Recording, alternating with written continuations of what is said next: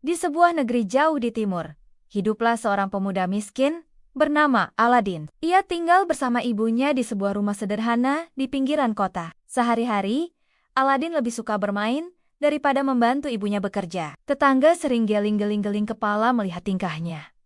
"Aladin, kamu kapan kerja?" tanya tetangga. Aladin santai menjawab, "Kerja? Saya lagi riset cara tidur yang efisien." Bu, humor dan kelakuan malasnya membuat Aladin dikenal di kampung sebagai pemuda santai.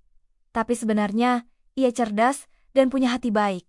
Pertemuan dengan penyihir. Suatu hari, datanglah seorang pria asing. Ia mengaku paman jauh Aladin. Padahal sebenarnya, ia adalah penyihir jahat dari negeri seberang. Sang penyihir berpura-pura baik dan mengajak Aladin jalan-jalan ke padang pasir. "Paman akan tunjukkan sesuatu yang hebat," katanya. Aladin menjawab polos, "Kalau ada makanan enak, saya ikut. Kalau cuma pasir, mending tidur di rumah."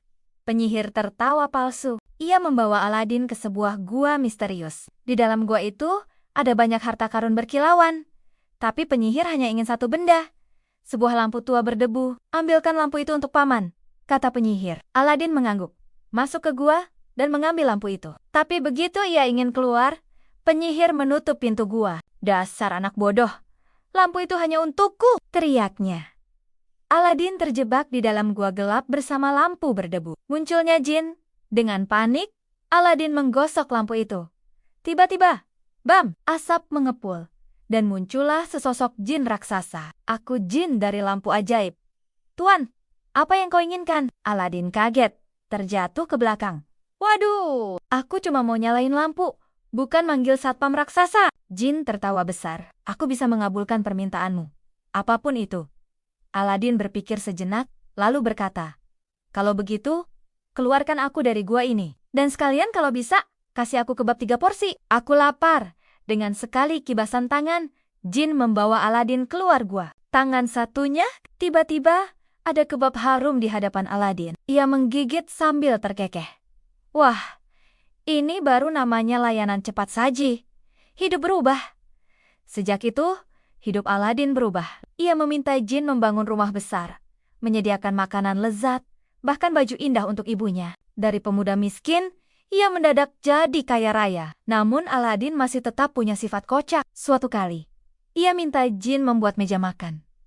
Jin bertanya, "Meja besar atau kecil, Tuan?" Aladin jawab, "Buat yang besar. Kalau kecil nanti malu kalau tamu bilang, 'Ini meja atau tatakan gelas?'" Ibunya geleng-geleng, tapi ikut bahagia. Puteri Raja. Suatu hari, Aladin melihat Puteri Yasmin dalam versi lain, Puteri Badul Badur, Puteri Raja yang cantik jelita. Hatinya langsung terpikat. "Jin, aku ingin menikahi puteri itu," katanya. Jin mengangkat alis. "Tuan, cinta itu butuh perjuangan, bukan cuma permintaan instan." Aladin tertawa. "Kalau gitu, kasih aku perjuangan instan dong." Dengan kekuatan jin, Aladin tampil sebagai pangeran gagah. Ia datang ke istana, membawa hadiah luar biasa untuk raja. Puteri pun akhirnya terpikat oleh keberanian dan kebaikan hati Aladin. Penyihir kembali. Namun kebahagiaan Aladin tidak bertahan lama. Penyihir jahat tahu Aladin masih menyimpan lampu ajaib. Ia menyamar sebagai pedagang keliling, berteriak di depan istana, "Lampu lama, tukar dengan lampu baru." Puteri yang polos melihat lampu tua di meja dan berpikir, "Kasihan pedagang ini, masa lampu jelek begini ditukar dengan yang baru."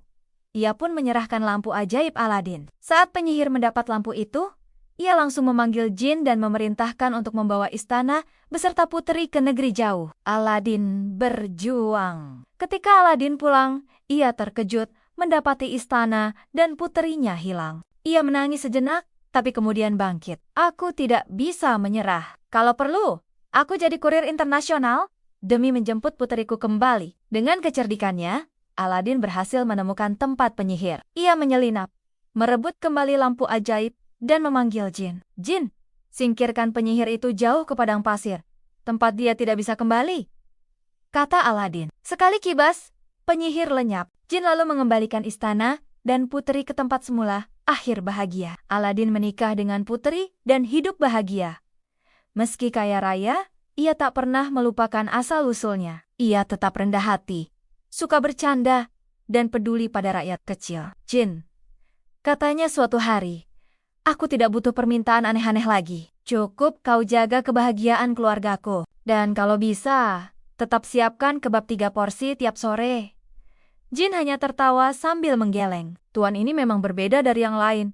Pesan moral dari cerita ini: kecerdikan dan hati baik akan selalu menang, sementara keserakahan pasti berujung kehancuran.